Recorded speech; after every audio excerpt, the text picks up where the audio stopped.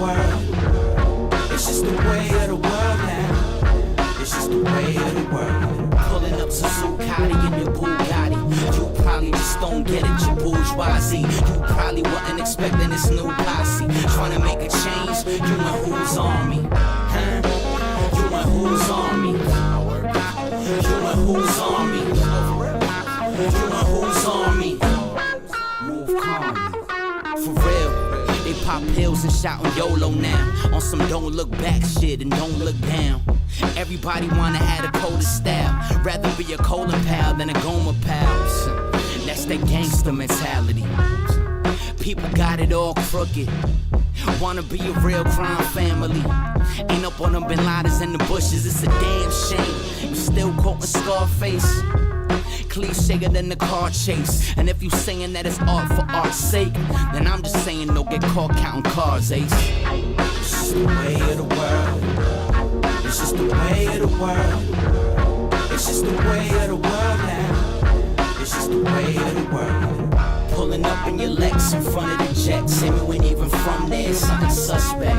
Show some respect, at least show some sense. You trying to connect, that's a stretch. You trying to contest. You and who's on me, huh? You and who's on me. You and who's on me. Move calmly. Hey yo, EMP's the army. Better yet, the National Guard. Better yet, international czars.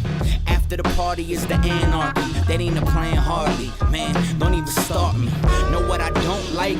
I won't lie. It's exploitation, trying to play both sides. Disenfranchise youth on the block. Think a revolution starts just by shooting the cop. You wanna ruin two families? That's what that is. So focus on the bullet, we forgot about the ballot. And when your hands are already bloody, what's a little more? In the struggle, hope there's not another civil war. It's just the way of the world. It's just the way of the world. It's just the way of the world now. It's just the way of the world. Pulling up Suzuki in your Bugatti. You probably just don't get it, you bourgeoisie. You probably wasn't expecting this new posse. Trying to make a change, you know who's on me. Huh? You know who's on me. You know who's on me. You know who's on me.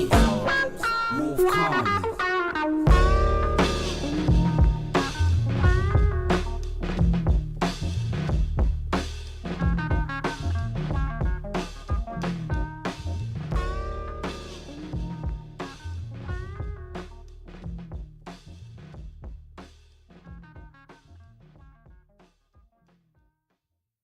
Manny Faces. You sick for this one. Sick for this one. Sick for this one. The thing about hip hop today is it's smart. It's insightful. The way that they can communicate a complex message in a very short space is remarkable. And a lot of these kids, they're not going to be reading the New York Times. That's not how they're getting their information. My hip-hop will rock and shock the nation. Hip-hop culture is more than music. Peace to you and speak the truth. Show 'em what peace can do in their reach for you. My hip-hop will rock and shock the nation. Rap is something you do. Hip-hop is something you live. So hip-hop didn't invent anything, but hip-hop reinvented everything. This is Baby Girl Faces. And this episode is brought to you by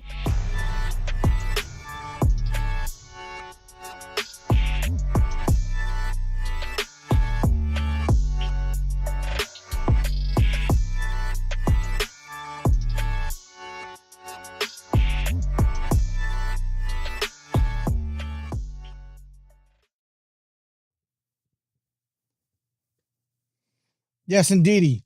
What up? Peace and love, everybody. It's your man, Manny Faces. One time for your mind, back here live and direct, live on Hip Hop Can Save America, the world's most enlightening hip hop live stream. Enlightening because we bring all kinds of news, views, and innovations and inspirations from across the hip hop cultural spectrum. All to you live on a live stream. We got Andrew Wang is in the house. He's in the chat already saying what up. If you're saying nothing in the chat, feel free to say hi. Let me know you're there. You're alive.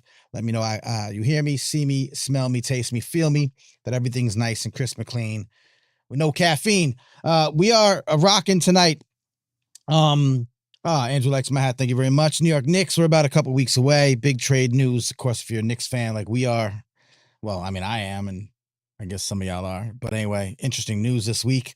There was also, I was also on the path of the hurricane. Shouts to anyone who's suffering or, had damage, or folks that have been affected by Hurricane Helene. Of course, as you know, I'm outside of Atlanta. So there was a moment that we were all kind of nervous, kind of a stay up all night and batten down the hatches kind of deal. We were spared as the hurricane veered off to the east and sort of spared most of the Atlanta area. Obviously, there was a lot of flooding and such. Our area where I happen to be at isn't prone to flooding. So, we were all right. But so many people weren't. And just seeing the aftermath and, what everybody's going through. It's time to count your blessings and just, think about other folks and see if you can help out if you can. And it's only, halfway through the hurricane season, maybe. So lots more possibilities up ahead. So anyway, yeah. So that's what I was doing this weekend. So I've been late last week. So I've been a little bit frazzled. So we didn't have a guest lined up. If you missed the last couple of shows, we had a couple of really great guests. The last couple of episodes of Hip-Hop Can Save America, we talked to Jose Moore, who's the executive director of a great, it's called All of the Above Hip-Hop Academy, and it's based in Lansing, Michigan. And they're a nonprofit. They've been doing this for many, many years. They just recently got a brick and mortar location. They've been doing youth development workshops, a lot of hip-hop arts, breaking, graffiti, rap, beat making, DJing, getting youth involved, teaching them obviously the history of hip-hop culture. We know a lot of folks lament that the young folks don't get the history of hip hop. They don't respect the elders and all that stuff. What's one of the organizations that is doing that? Actually, people do it. And it's really simple that if you want the young people to know about this stuff, you got to teach the young people. So that's what they're doing. And they're doing it, of course, in a youth development focused way. We talked to him about his organization and the work that they've been doing. And again, they recently got a brick and mortar out there. So certainly very inspiring and inspirational. Last week, we talked to Dr. James Norris, Dr. J, the other Dr. J, he says, and he was talking about the uses of hip hop as therapy, as sort of a counseling methodology. Two things about that, which was interesting. We talk about that a lot on this show, as we do about all the ways that hip hop music and culture can help improve society and uplift humanity. Mental health therapy, therapeutic uses of hip hop abound. School counselors, young people, but Dr. Norris is leading an initiative that actually helps. It's focused on BIPOC adults receiving therapy that's sort of hip hop oriented, as you'll hear him talk about. And what was interesting about that, which I found, just aside from the fact that therapy for adults through a hip hop lens is a beautiful thing, because even as we get older, a lot of us are connected to hip hop culture. We understand and reflect and see the world through that lens. And if that's a way that you can get through to somebody that's older and needing, an adult, I'm not saying like super old, but anyone that's an adult who might be hesitant or haven't had good experiences with therapy, I think it's a fantastic way. And talking to Dr. Norris, went over some of the ways that he's helping introduce these ideas. So a couple of really dope episodes. And if you're just joining us for the first time, or you're catching us on a replay, we're live every Monday night, 9 p.m. Most Mondays, give or take. It's a very small operation. You can help support this operation in a couple ways. You can donate at patreon.com/Manny Faces. That helps us keep the lights on and do all the things that are necessary to run something like this. And also, you can go to our newsletter, subscribe there. You can go for free. It's a Substack newsletter, mannyfaces.substack.com. And what I do there is I compile news like this, stuff that we're talking about already tonight, hip hop being used in these inventive and inspirational ways. And sometimes we'll talk about the industry and some of the things that are happening. We usually go at it from a different angle than sort of the gossip mongers that are out there, pimping your eyeballs and earballs for views, clicks, and listens. Just to get us riled up and talk about all the salaciousness and baby oils and all that stuff. Plenty of places for that, and we all need some of that in our lives. But if you want a little bit deeper look at hip-hop culture, how it can be used for the greater good, that's what we do. So the newsletter, free newsletter, mannyfaces.substack.com. And that's the two things I want to get into tonight. Normally, what I'll do is I'll show you, like, for example, I might have a list of news stories that I've curated. Right, you can see this. This has been done in the past. We have. Oh, none of my cameras are working tonight. Look at that. My side camera is not working either. All right, we'll stay here. One of the last episodes. It's just a collection. You can see here on the screen, sort of a collection of interesting news stories from among the hip hop diaspora, as you will. This one was a couple episodes ago. We talked about the 24 Hours of Peace annual block party that happened in Newark, New Jersey. We talked about the Hip-Hop Academy and Rhythms of Healing, which is Dr. Norris's initiative. We talked about how the Georgia Democrats came through and pulled off that Lil Jon moment at the Democratic National Convention. We talked about Gunna was providing 30 Georgia families with guaranteed income through a new program. So whenever we see, a rap artist or somebody connected to the mainstream or the more, front-facing part of the entertainment business, and they're doing something good or they're doing something worthwhile, we want to definitely big that up. So that kind of stuff is what you'll find at the newsletter. Once again, let me know if you're, messing with me in the chat. I appreciate you, Andrew. Andrew likes the brim of the hat. This was a gift from my daughter. Shouts to Bree. She also got me the shirt. Let me go back to full screen. She also got me the shirt to go with it. Side camera really would show it off much better, but we'll do it like this. So, we're getting ready. We're getting ready, y'all. Now, what we do have this tonight, which is different than other nights, is a bit of actual breaking news. And it has to do with a very important aspect of hip hop culture, particularly when we talk about history and archiving. We're talking about tonight is the DatPiff hip hop mixtape archive. Peace to Bob Knutson, checking in from Wisco, Wisconsin, in the house. What up, Bob? Thanks for checking in. This is an interesting story. This will be of interest to folks who don't really care too much about hip hop and people who love hip hop with all their heart. For those that don't know, any of the uninitiated or need to be reminded, DatPiff.com was a website that existed for much of the 2000s as an online destination where artists would upload their mixtape albums. We can go back a little bit more into history and talk about the history of mixtapes some other time. But the mixtape was, generally speaking, a curated by a DJ compilation of songs that would be put together on a CD, a cassette originally, a CD, and then distributed to the masses. It was an unofficial release. It was not something that was sanctioned by record labels. It became an industry all of itself, probably billion-dollar industry of mixtapes. You've heard people like DJ Clue and DJ Drama and all these big name DJs that literally made a career and an industry out of selling mixtapes. Now, these were physical mixtapes back in the days. Such things existed. They really came to life with cassettes. It's actually how hip hop proliferated and propagated throughout the land. Mixtapes, right? You'd have people recording off the radio, cassette tapes rather. You'd have people recording off the radio. You'd have people recording from live battles and the shows, and those cassettes would be dubbed and duplicated and spread and sent down out of to your cousin down in DMV or your brother stationed in Germany overseas, and that's how hip hop really proliferated throughout the world. So mixtapes have been always very, very important to hip hop culture. Of course, it also, again, because artists would be putting things out on mixtapes sometimes that the record labels wouldn't sanction or wouldn't, be give it co-signing.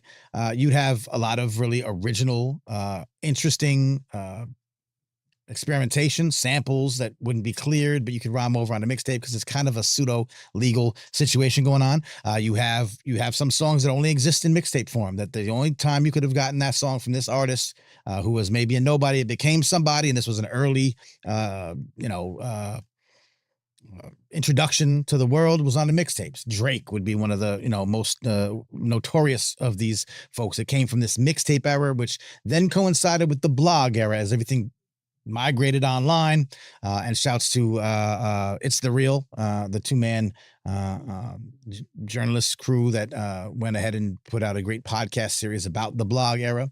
You had a period of time when everything was moving online. Mixtapes were less physical. They were more being passed around online. Songs were being uploaded to websites. The proliferation of online hubs where you could get your new mixtapes, Two Dope Boys, Nah Right, like these sites were just iconic places that helped churn this new generation of hip hop on a global scale. So the mixtapes, which used to be physical, then transitioned online, became part of this blog era, became part of the mixtape era. And DatPiff.com, along with a couple of other sites, was sort of like arose as the place where you would upload a mixtape. And very often, like I said, you're not making any money off of this. Artists are doing this for promotional purposes. Very often, maybe they're just starting out and they're trying to find, listenership. They're trying to find folks to listen to them, a place that you can send a link and, have people listen to your mixtape. Sometimes very big famous artists would put their mixtapes up on DatPiff, and it would maybe create buzz for an official album that was coming out. It was big. It was big. It went on almost until very recently. Earlier this year, for example, if you remember, I reported on, oh, and Andrew says like the old school SoundCloud. Sure, it basically opened up the what do you call it? The lane for like SoundCloud rap, that whole era of, being able to release yourself independently without having to go through record labels. Anyone could record in their house, do a few songs on SoundCloud, then compile them onto a mixtape and put them up. I have a mixtape of remixes. I don't think it's on DatPiff. Actually, I think mine is on Bandcamp. But again, Bandcamp would be a little bit more of a structured, pay for money, and we can get transactions. So, but DatPiff sort of opened up this world, and again, many big artists became big really because of blogs and sites like DatPiff. Up until recently, we talked about this again. I reported on this earlier this year, back in January. There was problems with the website. The website was crashing. There was concerns that the archive of all the music that was being stored on DatPiff, terabytes and terabytes worth of albums, would be lost, would be gone. And they then linked up with the Internet Archive. Y'all might know the Internet Archive as the home of the Wayback Machine. Sometimes you got to go back and look to see a website that existed in the past. Maybe it doesn't exist now. Maybe it looks different. Maybe you got to check a lying politician for something they said back in the days about, being a black Nazi or whatever, just hypothetically, whatever. I mean, what a weird example. That would never happen.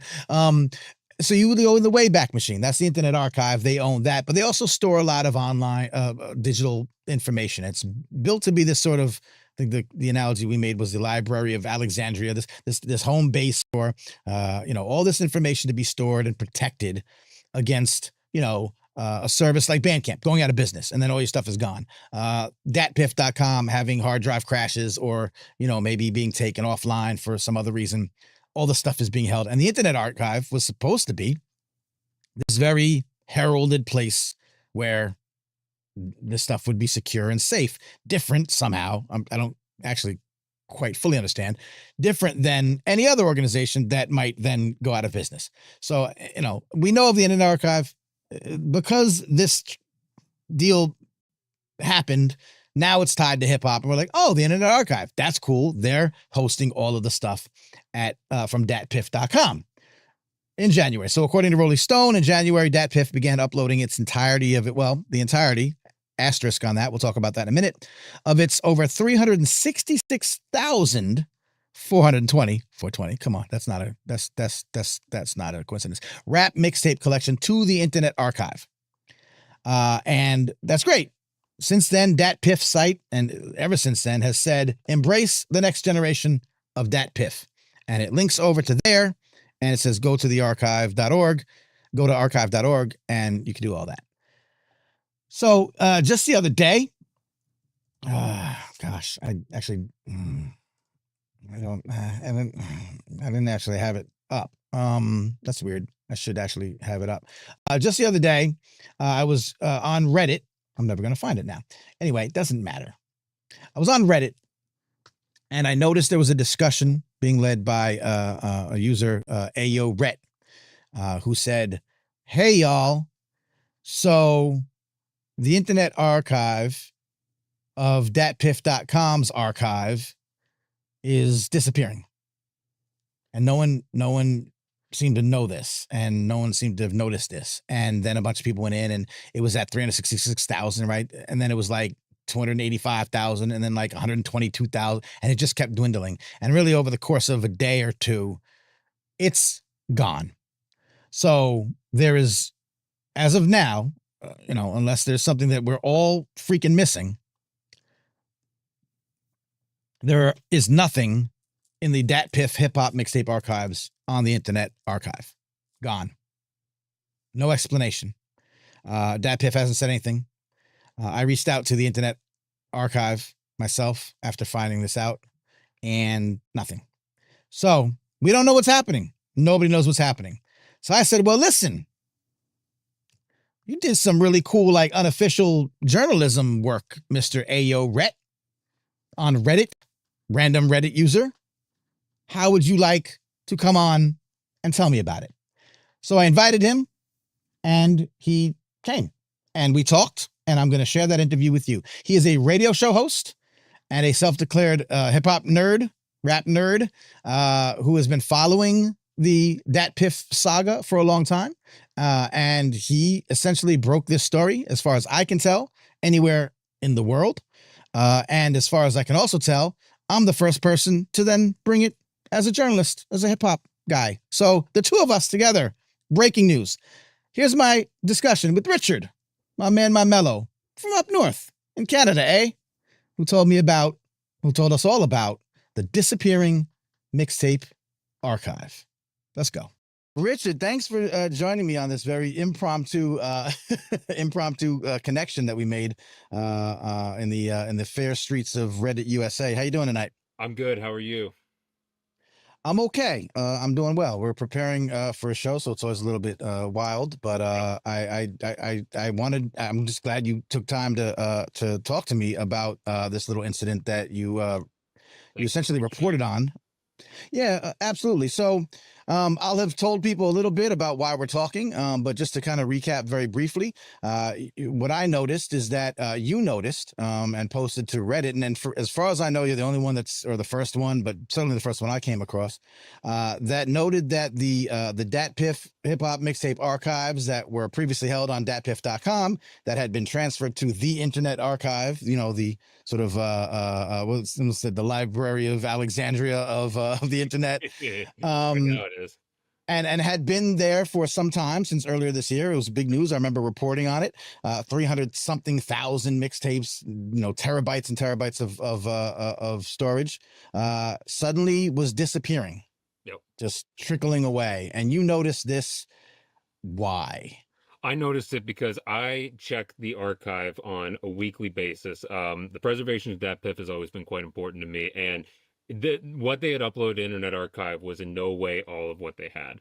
That 366,000 was basically a small portion. It was the premier mixtape site from 2005 to 2022, still taking uploads up to the day that the website started malfunctioning. And so I've always been concerned about the preservation of DatPiff, and so I was keeping an eye on it, regularly checking.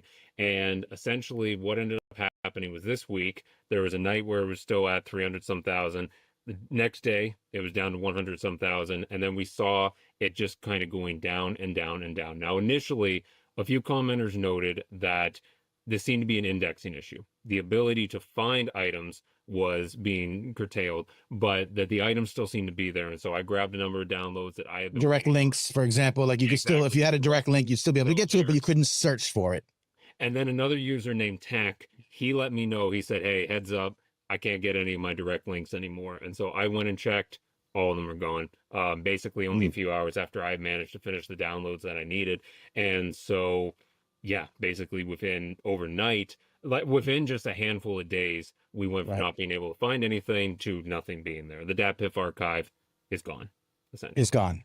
There was some speculation amongst the folks. I've reached out to the Internet Archive. I think you mentioned that you might have been in touch with DatPiff. What is your interest or history in wanting to preserve or watchdogging the preservation? Is there some connection? Are you somebody? No, I'm not anybody. I'm just a rap nerd, and DatPiff means a lot to me. It always Yes, meant a lot to absolutely. me. It still means a ton to me. And so by reaching out to DatPiff, I was just contacting them through their help desk or whatnot. Okay. Basically they say you can contact us, and so I've been doing that. Yeah. They've said like 2 different people have responded. I don't know if those people actually work there, if it's AI, if Okay. it's something else. So whatever the case Right. is, I've occasionally sent emails just saying, hey, what's going on? Why has there Yeah. been absolutely no communication? Because DatPiff has said nothing basically since that initial announcement. They didn't Right. comment on why uploads stopped. They didn't. Right. They haven't commented on any of what's going on in terms of why the archive has disappeared. The speculation right now is that it has to do with the Internet Archive's legal issues, and certainly that is the theory to my mind that makes sense. Right. And so, with no real word on anything though, we're completely in the dark. And so I've bugged DatPiff. I've occasionally tweeted at them from my personal Twitter, but nothing. Nothing. Yeah, I didn't get a response back. Like I said, we emailed the Internet Archive, I guess, very, very early today, or like, kind of overnight into today. Yeah. Haven't heard anything back. I don't know if we would expect something that fast. If the Internet Archive is something that's staffed on a 24-hour basis, I'm not sure how exactly how it works. Not only that, but given the legal issues that the archive is facing, they've had the fallout from their lawsuits, from This book publishers, music right, publishers. movies. Yeah, I think they've probably got their hands full legally right now. And one comment that was left just today from Lord High IQ the Third, about 11 hours ago, they're indicating that they think that there was a mediation between the archives lawyers and music industry lawyers last week, stemming from a lawsuit that was launched last year for like $400 million regarding old records that were uploaded. I have a feeling right now there's probably all sorts of legalese that's going to make it very difficult to get answers for a while. But it would be very nice if DatPiff would at least confirm that the original archive and collection still exists somewhere. We don't even have that confirmation. Yeah, interesting, because like you said, their site eventually started malfunctioning, or there was some, I guess it was uncertain whether DatPiff.com, the site, would actually exist in its former state at all. And then the worry was that it was all gone. It was just gone. Maybe it exists offline somewhere. No one really was sure of that, to my knowledge. And then the Internet Archive deal came about, and it was like, salvation, like all this stuff is being preserved somewhere, but possibly not. Salvation with very little information. I think that's a good way to characterize it. Right. Well, we've talked on this show, and I've worked with some folks that are in the preservation business. In fact, I just want to give a huge shout out to Summer McCoy, who runs the Mixtape Museum, which is an initiative to digitize cassettes, mostly, cassette mixtapes or CD mixtapes that had existed in physical form that necessarily may not have made it to the digital realm. But also in that same vein, in that same spirit, is to preserve all of hip hop, musical, compilations, that would be deemed a mixtape. And of course, like you mentioned, the DatPiff Archives was the premier spot. Just curious, you said it means a lot to you personally. If you don't mind me asking, sort of, what was your introduction? What was your connection to it from a, music fan, rap nerd level? What did DatPiff's, existence mean to you, and how did it sort of incorporate itself into your life? Basically, I grew up in rural Ontario. I started listening to hip hop in 2002, but I grew up in rural Ontario. And so it was very difficult for quite a while to keep up with any hip hop culture beyond sort of music videos and what I heard on the radio and whatever CDs I could buy. Nothing out there in like Kitchener, like that. Yep. Outside of Kitchener, we didn't even have high speed here until 2007, and we had a 100 megabyte a day limit. And so I knew about the iTunes store. I started building more of a collection from buying from there. And unfortunately, I missed the 2009 XXL freshman cover, but I did get the 2010 cover. And so when they're talking about Freddie Gibbs, Big Sean, Pill, I'm sitting there looking at the projects they have, and I'm saying, where do I get these? I can't find Straight Killa No Filla on iTunes. I can't find 1140, the Overdose, or 4075, the Refill, Finally Famous 3. Where are these? And so I start looking online. That's when I discovered Two Dope Boys. that was like uncovering just a whole new world. And then Absolutely. obviously from there, DatPiff. And it was Right. just like, I can download all of these mixtapes, discover new artists at any given moment, connect Yeah. with other people who are either complaining about these records or celebrating these records. It was usually complaining on DatPiff, but that's how it goes. Right. But essentially, this whole world of the free mixtape opened up to me. And it was just Yeah. like, wait a minute, I can have ownership of these files. I can have control of these. This is stuff that's out there for free. This is stuff that the artists are doing. All the experimentation that people are doing on Yeah. DatPiff, rapping over indie rock, electronic, those early mixtape days of freestyling over everything. It was Yeah. just a whole new world. And for someone like me who just in this rural community had no real other connection with hip hop besides what I was just doing myself, because out here it was country rock, it was, country and whatnot. My parents were Yeah. classical and all that and classic rock. And so there Yeah. just really wasn't that community out here. And so being able to discover that online, it was just mind blowing. And so from there, I was still checking in on DatPiff, still downloading up to the day it started acting up. And so that's why it's just that very personal passion for me. And there are so many artists that I've discovered. And I do host a small radio show on a public station up here. And I do a once a month segment called All Things Considered, where I highlight a certain artist. And some Yeah. of these artists are just those who I discovered on DatPiff. Oh, so you are somebody. You do things. Stop it. So you do things. That's a thing. All right, That's I'll dope. grant I do some things occasionally. That's dope. That's super dope. You said you were still using it sort of, up until recently, up until it kind of faded out. How active was it still, like in comparison to how it had been in the blog era, in the mixtape era? Like, was it still active enough? I mean, put it like this. Obviously, when streaming services came and rose to power in 2015, 16 and changed Sure. the musical landscape, yeah, you weren't getting big artists uploading there or whatnot. But the thing is, and I say this because I help out with the radio station in terms of getting music submissions from smaller artists. Smaller artists were still uploading wherever they could. And so even live mixtapes, it's a small site, but it's still getting uploads on the daily. And DatPiff was still getting plenty of uploads. You had international artists who were uploading there. You had those who basically were just continuing on. Benny Revival was a slightly bigger artist who was still uploading on DatPiff all the time. Basically, artists who were getting started out, who existed at the smaller scale in certain niche scenes, they still were putting music up there. And so while it was nowhere near, like back in the day, like you would have pages upon pages of new stuff on DatPiff. There's that one Right.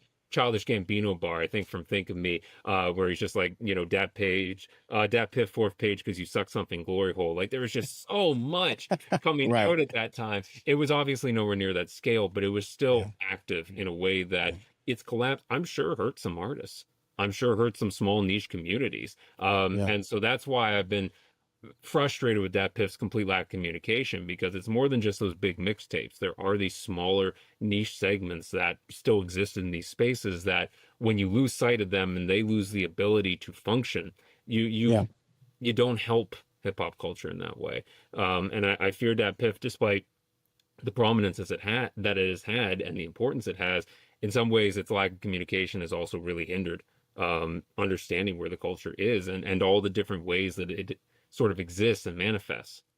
Yeah. These personal connections, obviously the legacy of artists, sort of like the timeline of artistry can be traced through some of these touch points, these digital touch points. And that's super important. Summer, again, who runs the Mixtape Museum, and just shout it out. It's a nice organization. This is up your alley. You might just want to know who they are and keep an eye on them. I think it's mixtapemuseum.org, but just Google Mixtape Museum, and she's working on preservation, like I say, audio digitization, and all these wonderful ways to try and help these issues. She's a friend of the show and want to big her up. She always asks for as she's starting to collect people's mixtape memories. So on behalf of the Mixtape Museum, one of the questions I know they would want to ask is, and I know you just gave me a flurry of ways, but what's your mixtape memory? It could be anything. Oh man. And when you hear that, what does that sound like to you? The sheer variety of things I could pull from. But I'll give an example that I talked about just a couple weeks ago, because this is one that means a lot to me. There was a Chicago rapper named Julian Malone, and he unfortunately passed away this past summer. And so that's why I've been thinking about him a lot recently. Back around 2011, his crew, the 2080s crew, Kels, Fonzie Mac, aka Emil, Legit, UG, their producer Sani, they were kind of making waves on the blog space. They were pre the Save Money era of Chicago. Okay. And anyway, Julian Malone, he debuted this one song called October 20th that if you heard it, it stayed with you. And this was the lead up to a project that was hosted by two dope boys called Enemy, The Time and Loves of Julian Malone. And to my mind, it is still one of the best mixtapes of 2012. In fact, one of the best projects. And that was a stacked year. But I would put it up there. It was this deeply personal sort of bearing of the soul. His production was excellent. His sample flips. He introduced me to King Cruel. I had no idea who King Cruel was at the time. And that was when Cruel went by Zoo Kid, actually. But he had pulled a sample there. The beats were excellent. And I will always hold on to that tape. Like I listen to it multiple times a year. It still can take me back to what was a very difficult time in my life. And it was a difficult time in his. And it was being able to connect through those lyrics that really helped out. And so for many years, unfortunately, though, Enemy was inaccessible because he basically disappeared after that point. He disappeared. And so unfortunately, when Two Dope Boys' Mediafire account lapsed, their hosting of that went. Mediafire, wow. Yeah, exactly. Right, yeah. Then DatPiff going didn't help either. And so essentially the tape was inaccessible. When the archive came back, very briefly, that tape was accessible again. So were some of Kels's early tapes, stuff that, you know, was not searchable. And had DatPiff not stopped uploading, I think some of Malone's other earlier projects that I don't have probably would have resurfaced as well. We know Upstate Rebel Rollin' and Noise were two projects that existed prior to they're being removed from DatPiff because the archive wasn't really considering whether or not projects had been deleted from the site. It was just uploading everything. It allowed me to find so much stuff that had essentially been missing for years.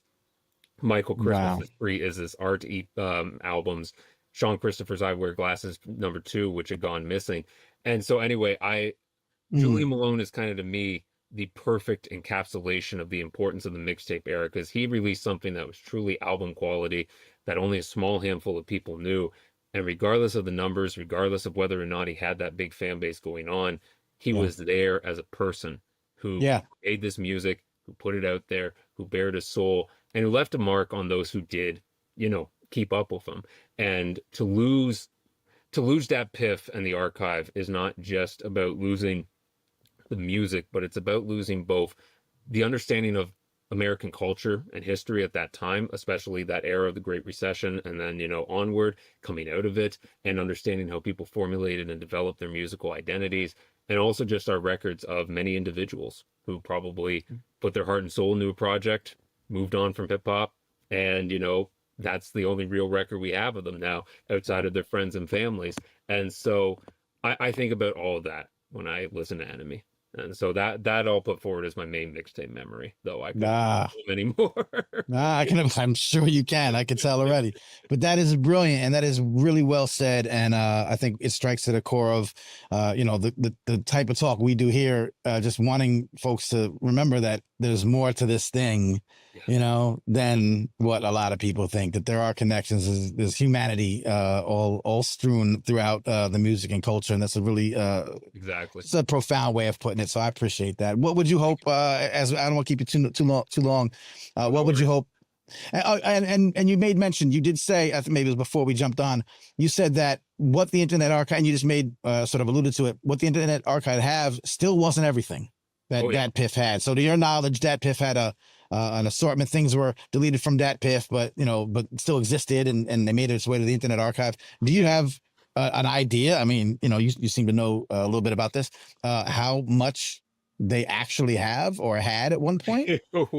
So someone uploaded about 10 years ago to the Internet Archive. This document is still accessible. I can pull it up. Right. I saw. Yeah. A new link. But basically, an archive of just cover arts that were the covers.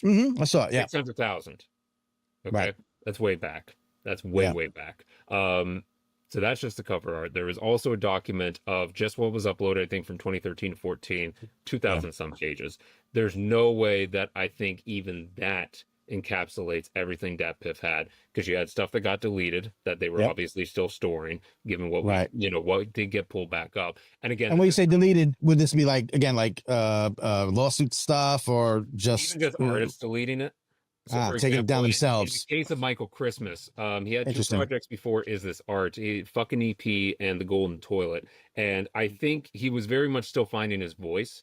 And Yeah. so I have a feeling he just kind of deleted those prior to Is This Art, because Right. Is This Art was like the big debut project. And Right. so, yeah, The music equivalent of deleting all your Instagram and starting over again. Exactly. Stuff Right. like that. Yeah. And so, and I respect that artists do that. I respect they have reasons. It also, though, later on, you can go back to those and see the development, Right. and go, oh wow, this artist really evolved in their sound. It's actually all the more impressive. I respect his art even more now, and I love that album, and I love it even more seeing just how he evolved as a musician and as a rapper. Yeah. My own personal estimate, and again, I don't have quite enough to really be able to say exactly, Sure. but I certainly would think it would be more than 1 million tapes, because Mm. there was so much stuff that people knew wasn't there. Like, a lot of Currency's discography still wasn't there. There were all sorts of tapes I knew were there at one point that weren't in the archive. And Yeah. when we just consider from 2005 to 2022, I don't see how it could be under 1 million. Yeah. Again, that's just a guess. I may be Yeah. completely No, I get it. But no, it's based on some observations. So we'll take it Yeah, as an educated guess. I think it would be in there. And I mean, something that I think was unfortunate too in DatPiff's lack of communication is just giving some sense of how much they did have left to upload before things suddenly stopped. Because that was the thing Yeah. that was always in those automated email responses I got. They said, we will upload everything. We will get everything. And when they have that kind of tone and they stopped at like 300 some thousand, you have to wonder, how much further away were they? How much more was Yeah. there left to do? Because it was a very sudden cancellation. It was a very sudden stop. Yeah. So to my mind, it has to be somewhere in that upper range. Yeah. And it's Yeah, I so don't- much that gets lost.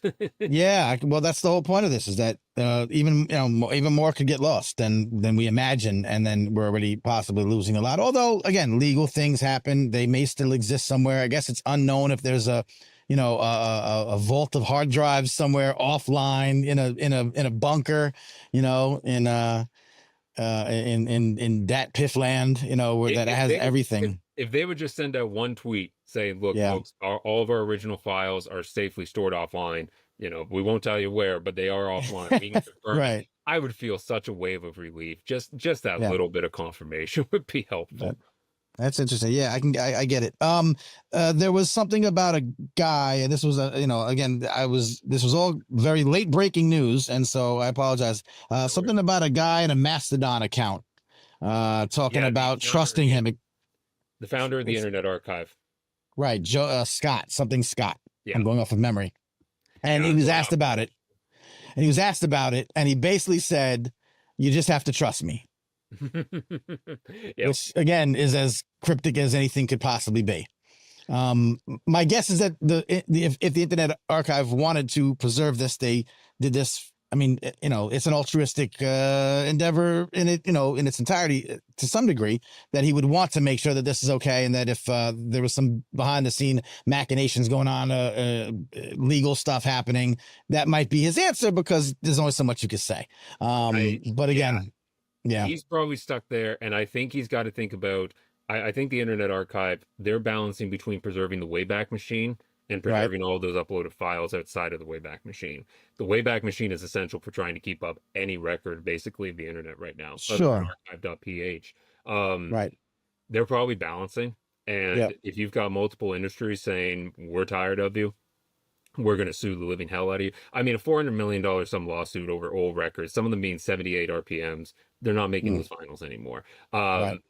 Right. When they're willing to threaten Right. that, I'm sure they've got to look and say, we've got to balance it. My own belief, the mentality of the internet the last few years has been, if something needs to be backed up, get it over to the Internet Archive, put it there. Right. I have a feeling we got to change our mentality to get everything downloaded off the Internet Archive sometime soon. Movies, TV shows, music. anime. How interesting that it's now the reverse of get everything digitized, and now we got to undigitize, print out all those photographs. Yeah, get everything backed up physically again, offline, whatever you Right. need. Offline storage remains the absolute essential. Sure. If you don't have it backed up at a few different points offline, a It few doesn't different hard exist. drives, yeah, it's vulnerable. It's Doesn't, very yeah. it's vulnerable even if you have the physical. I mean, I Yeah. manage the physical hard drives. It's a pain in the ass. Anytime Sure. the board starts acting up, I'm always worried. But given how unstable things have gotten in the online space and online Yeah. preservation, we have to have that mentality of storing offline. Yeah. I think a lot of people, and this comes from sort of the move to convenience culture that streaming services really imposed upon us, and many people jumped on, and they jumped on that bandwagon. There is no preservation that is ever going to be truly convenient and just simple and pleasant. The efforts to preserve culture are always going to be a pain in the ass, one way Yeah. or another. You're going to suffer. You're going to get frustrated. There's no real way to do it otherwise. But I think we are reaching a crisis point. We are at a crisis point in preserving hip hop culture where we have to decide to suffer a little bit if there's going to be any preservation, or we have to decide to suffer the consequences. If we want to just let everything be streaming service, be totally corporate oriented, and let these algorithms control everything, okay, but we got to make that conscious decision, and we have to accept it. We have to accept also the consequences of it. Everything that we lose as a process and as a result. If we're going to lose the mixtape era, if we're going to lose even some CD culture that kind of came before that, Right. then, we have to accept that we don't really respect all parts of hip hop culture. And we have to sort of accept that, because there's just such callous indifference right now. If there were more conscious efforts to preserve so much more, and I think if there were a healthier discourse surrounding what should and should not be preserved, because hip hop culture, obviously, it can be very isolated at points. You have your old heads versus your young heads. You have your underground versus your mainstream, and almost all sides get a little bit feisty about whether the other side should be preserved. Right. And unfortunately, I think that does contribute then to a limited view of what should be preserved and what should be paid attention to. I know DJs who are very old school and have no idea what DatPiff is. That whole world is just something alien to them. It's where your Travis Porters, your Waka Flockas are. That's not real hip hop. So, Right. So So exactly. Yeah. Dismissive. Yeah. And then they don't pay attention to what else is there. And as a result, it's very fragmented and very fractured right now.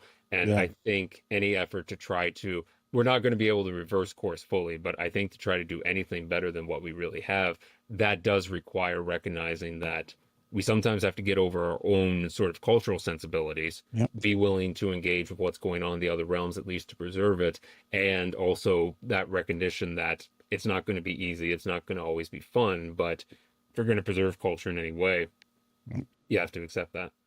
And again, brilliantly said. I really appreciate your perspective. You've thought about this a lot. As I always say, we can't throw away the totality of hip hop culture, baby, with the bias against mumble rap bathwater. And so the best way to put it. Yeah. So we're on the same page. I agree with you 100%. I really appreciate your insight on this. Thanks for bringing this, obviously, to the Reddit community and bringing light to this, staying, abreast of it and just doing your civic duty as a hip hop citizen. This is the kind of stuff we love to talk about, shed light on. Please give anyone watching, just whatever you want people to know about you and where you do your thing and how to reach out to you and follow up if you feel like you want to put yourself out there like that. Sure. So I'll do just promo for the small radio show that I do. So I do a show called the Cleanup Hour. It's a 2-hour hip hop show, mostly hip hop show, over at CKMS 102.7. I also do have a SoundCloud. Let me just make sure I have the soundcloud.com/mophead-1027. You can check out the archives of what I do there. Basically, I'll be talking about blog era stuff, putting on artists, playing new stuff, playing old stuff, just kind of whatever I feel like each week. So basically I do that show. I have another show there as well called the Rise and Broadening Hour. I dedicate 2 hours to play music that's submitted to our station. And so basically 4 hours a week of music, if you're that desperate for someone else to curate, because I think right now people miss curation from anything other than algorithms. So if you're looking for that kind of thing, I might be, of interest or not. I do have a Twitter for the station itself, Cleanup Hour 1027, no dashes, nothing like that there. That's the Twitter I use for the station or for my show, and you can interact with me there and whatnot. If you look at the Reddit posts on DatPiff, you can obviously message me through there. That's what's up. And of course, so your show is streamable, yeah? Yep. Ah, On fantastic. SoundCloud, and also on radiowaterloo.ca, there will be also archives there. They're in 128 kilobytes per second. They're not the cleanest sounding, but that is what it is. So Hey man, it's gritty. That's what we like. Again, it's all hip hop, man. Give us some 12-bit radio. It's all good. Thank you. I appreciate it. This show is called Hip Hop Can Save America, but we're certainly welcome to have our good friends up, from up north, doing the same kind of work we're doing. And I just appreciate you, man. Let's keep an eye on this situation as it develops. We're now friends on Reddit, and now you know about this show. And I think there'll be some things on here that you might like from time to time. So we're going through it. Let's stay in touch, man. Definitely. Appreciate your time. Thank you. Thank you for having me. Thank you.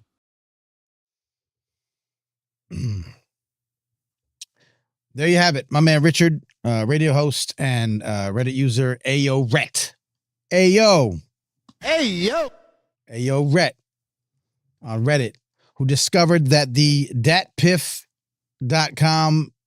archive of hip-hop mixtapes that previously existed on DatPiff.com that had been migrated in large but not maybe totality to the Internet Archive, archive.org, and had been living there to much fanfare since the beginning of the year, disappeared the other day and is now gone. We don't know if it's gone forever. We don't know if it's coming back. We don't know if there's some legalities to it. We don't know if they just decided they don't want to do it. It's really strange. So if you are a fan of DatPiff.com, if you are a mixtape head, this is certainly hitting you to your core. But as I think we all recognize the seriousness of an issue, when we've talked to Ben Ortiz, the archivist at the Cornell Hip Hop Collection. We've talked to, of course, Summer McCoy, who runs the Mixtape Museum. We look back at like Justo's Mixtape Awards, and we look back at, the cassette tapes that they're trying to digitize, and Stretch and Bobbito, who are looking for people who had recorded on cassette, the radio show. The importance of cultural preservation, obviously, is paramount to a culture. So if you believe and you know in your heart and in your mind that hip hop is a culture, these are cultural artifacts that, again, universities have dedicated archival space toward. Organizations, shouts to Red Summer and the National Hip Hop Museum in DC, shouts to the Hip Hop Museum, the Universal Hip Hop Museum, now known as the Hip Hop Museum, opening up in New York. Shouts to the William and Mary College has an archive. Like there's archives collecting the artifacts, the flyers, the clothing, the jewelry, the physical signed autographed things from hip hop folk that are sometimes dead and gone or sometimes still around. The importance of that is paramount to any culture. And to have such a vast collection of cultural output, it doesn't matter if you don't like the artists. It doesn't matter if that wasn't your style of hip hop. It doesn't matter if, a lot of it was just like one and dones by wannabe artists that then went and got a job and lived life. This is as important as Ernie Panicoli's photographs or Joe Conzo's photographs of a guy who painted, who tagged a train in New York in the 1970s on some graffiti, putting up his name in a unique style, that in a unique name that would be unreplicatable by anyone else. It was like, this is my thing. Society tells me I don't really exist. But if you see that train rolling around New York City, you're going to see me. You're going to see my creation. I exist. And sometimes, as a friend Richard from up north was saying, like some of these artists, they had a following. They put out some, work that connected with people. But they did it during this time when it wasn't being released physically. It wasn't being released officially.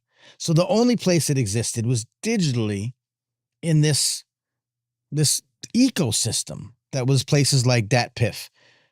So Crown and Beats, yeah, all gone. So I guess you came in a little bit late, but it's all good. You can run it back. We're gonna take the interview and we're gonna re-up it as a standalone. But yeah, it looks like it's definitely all gone. You can't search it. You can't find much of anything right now on the Internet Archive, which is where the DatPiff archives ended up. As you can see, there's like two things there, and it's this document of 600,000 cover images from the DatPiff.com website from across history. And again, as we talked about in the interview, they had only uploaded about 366,000 mixtapes.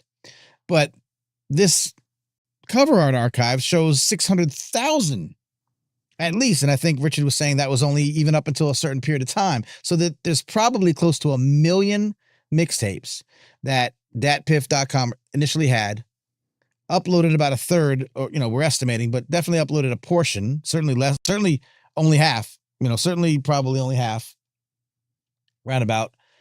And it's unclear because DatPiff hasn't responded. The Internet Archive hasn't been responsive. Whether, you got to think it exists still. That if the Internet Archive took it offline and you can't get to it, it just means that they unindexed it, but it's still sitting on I have a website that I owned a while back, and if you go to the .com, it forwards to one of my other websites, but I still have the website. I could turn it back on if I wanted to. It still exists. I ran Birthplace magazine for a long, long time, covering New York hip hop music and culture, and birthplacemag.com. And for a while I took it offline. And when you would go to birthplacemag.com, you would just forward to maybe this show or, whatever I'm working on now. And then I decided, well, I need to actually access some of my old articles, to be honest, to take them offline.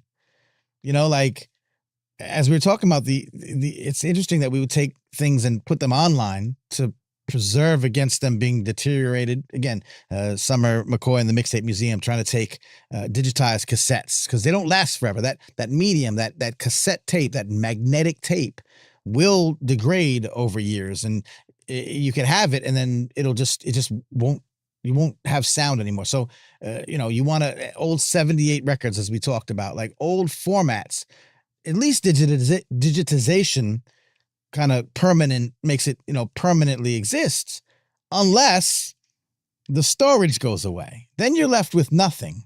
So it does create this big issue when it comes to what's worthy of being archived.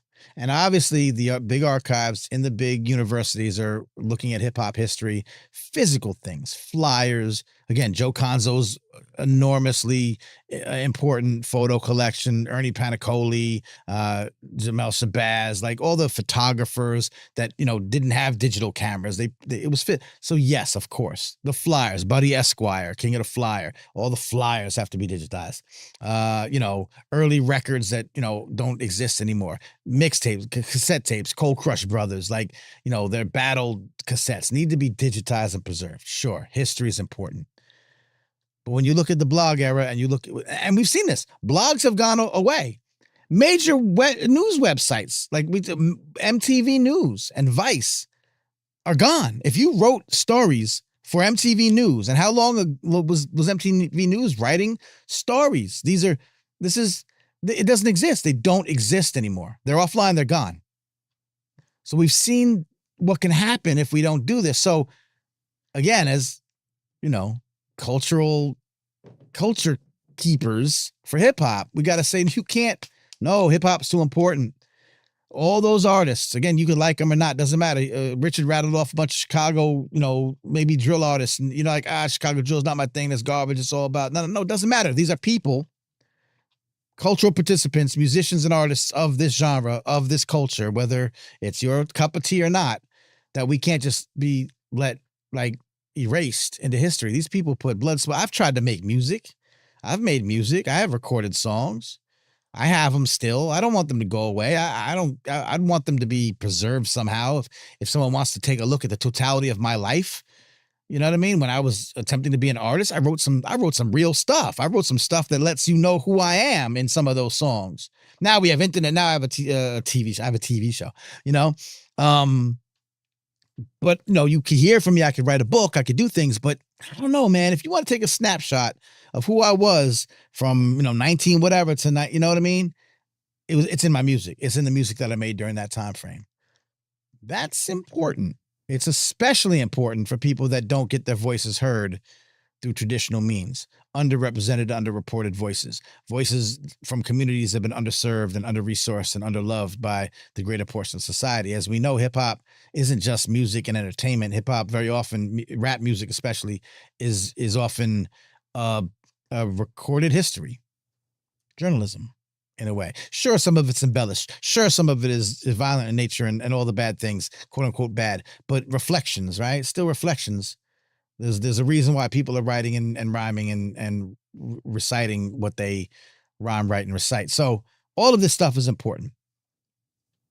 And, so we're going to follow up on this. First of all, I wanted to get on this. This is breaking news.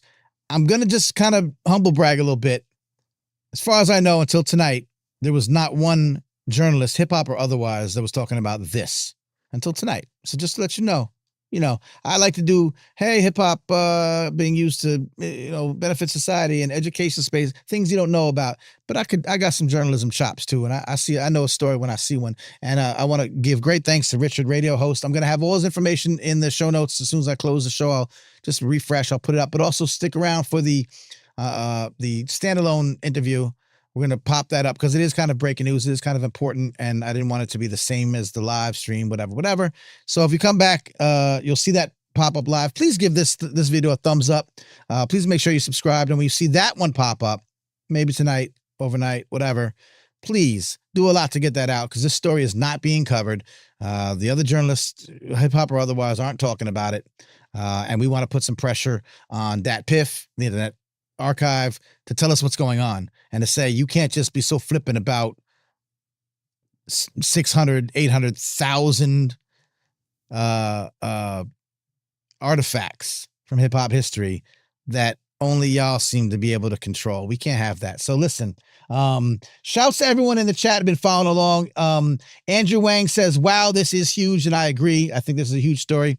I'm very proud that I was able to jump on it. And again, just happened to catch it. Thanks to Richard though. Richard was on it and he's the real hero, for bringing this, to light. And, shouts to Crowned and Beats, who we've been just, referring to each other.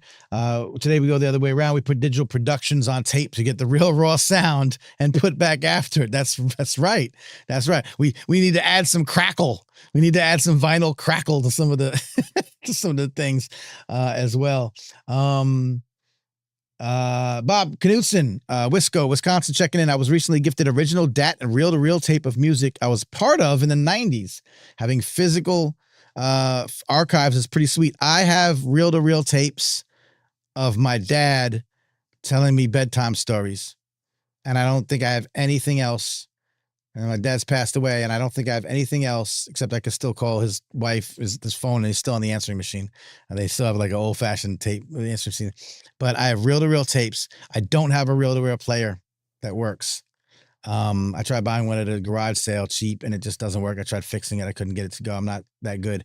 So I need a reel-to-reel player, but it's the only recording I have of my father's voice. It's crazy. My father was a professor, an orator. He spoke, he did lectures, and I can't find, this was all pre-internet. He died about, 12 years ago now.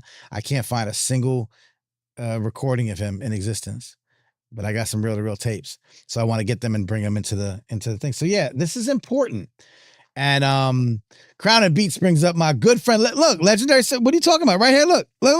Legendary Ciphers. It's my people. Legendary Ciphers in New York. They have the same feeling about the feelings of culture, the massive movement that is going on inside the city. Thank you for bringing them up and uplifting their names. Legendary Ciphers. Rest in peace, my man Majesty. My man Majesty, who inspires a lot of the work that I do. If you know them, you know him. And if you know them, you probably know them that know me, because I know them and we know each other. But Legendary Ciphers, if you're anywhere in New York City, Friday nights, 8 p.m. to midnight, Union Square subway station, up top, legendary ciphers. If you're visiting New York City, if you live near New York City, from, I don't know, they go from like May to October, right? I think that's pretty much there, before it gets cold. May to October, legendary ciphers, Union Square subway station, Friday nights, 8 p.m. to midnight. Thank you for bringing them up. I'm always happy to talk about my friends, legendary ciphers, and that's what we're talking about today. Matter of fact, I love that they're recording, because there's so many impromptu moments there that only exist in that moment. Now, there's a, little trade-off there. Sometimes a moment that only happens in that moment, where there's no cameras, and you just have to live that moment and let that, live in your mind's eye for eternity.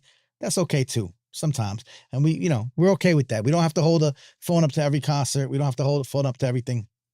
But certainly the underrepresented voices, the folks that are doing that stuff, everyone needs to be seeing what Legendary Ciphers does. So if you can only see them by watching the videos on the internet, I'll take it, because they need to be amplified. Anyway, this brings up a longer topic of preservation of hip hop. I've got something in the works.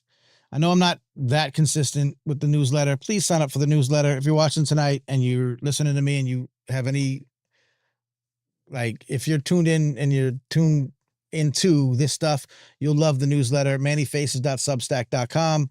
It's free, although you can obviously, throw a couple dollars at Substack, so you can do that as well.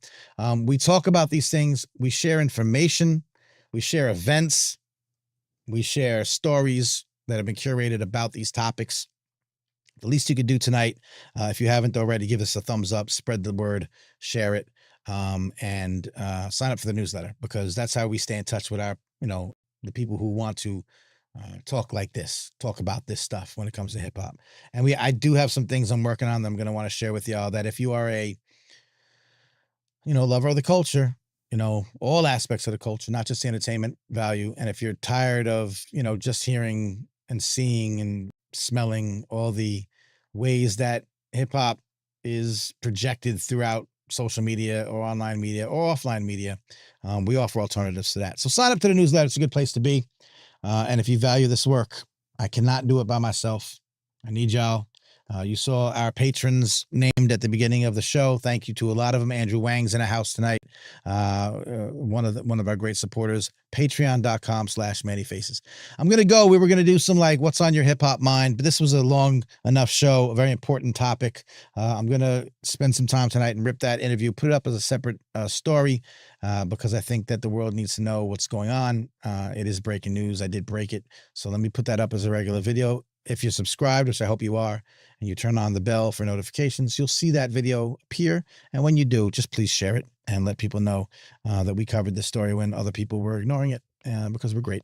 And so is Richard, who came through on Reddit and let us know about it. So that being said, more to come on the issue of archiving and preserving and protecting hip hop culture and artifacts across the board, from early 60s and 70s, physical remnants that still exist, oral stories, right? Oral preservation, talking to our OGs and our pioneers and the folks that created hip hop. They're still alive. They're still here to tell their stories. We need to get them on tape and be able to save that stuff. But also that digital only era, that blog era, that DatPiff mixtape era. Super inspiring and important to talk about. So thank you, Crown of Beats. Thanks for subscribing. Appreciate you. Thanks for coming through. Hope to see you again. We're usually live Monday nights. I do what I can. I'm just one guy. But once again, subscribe, tell your people. We'll be back. And the newsletter's got some gems too. So anyone checking in, that's what we're up to. All right, we'll be back. Peace and love, y'all. Be safe. Oh, rest in peace, Dikembe Mutombo and Pete Rose. Just found out Pete Rose died tonight. I liked baseball because of Pete Rose. Pete Rose was, I thought they kind of, jerked him, man. They should have let him back into baseball. That little gambling thing. Anyway, crazy. Anyway, and of course, once again, just they've made this phrase bad. But I can't help people in North Carolina and give them thoughts and prayers, and we can't say that anymore because it's kind of a joke. But definitely thinking about friends and friends of friends that are still suffering from the remnants of Hurricane Helene. Of course, everything happening around the world. We still have issues nationally and internationally that need resolving. Free Palestine. Let's get this election over with and try to get some semblance of, I don't know. I don't even know what we're looking for anymore. But we'll be here doing our part. Hip hop could save America, though. And if you go back through the archives of this show, you'll get some idea why I say that. And we'll keep going, keep bringing that idea to you. Maybe even a book. Oh, I never really told y'all about the book. I'm waiting till I finish the book. There's going to be a book, y'all. It's coming soon, sooner than you think. All right, a real book, like not just like me writing an ebook, like a real book. All right, I'll talk to you later. I'm out of here. Peace and love. Go tell your friends. Bye. One time. Manny Faces. You sick for this one. Sick for this one. Sick for this one.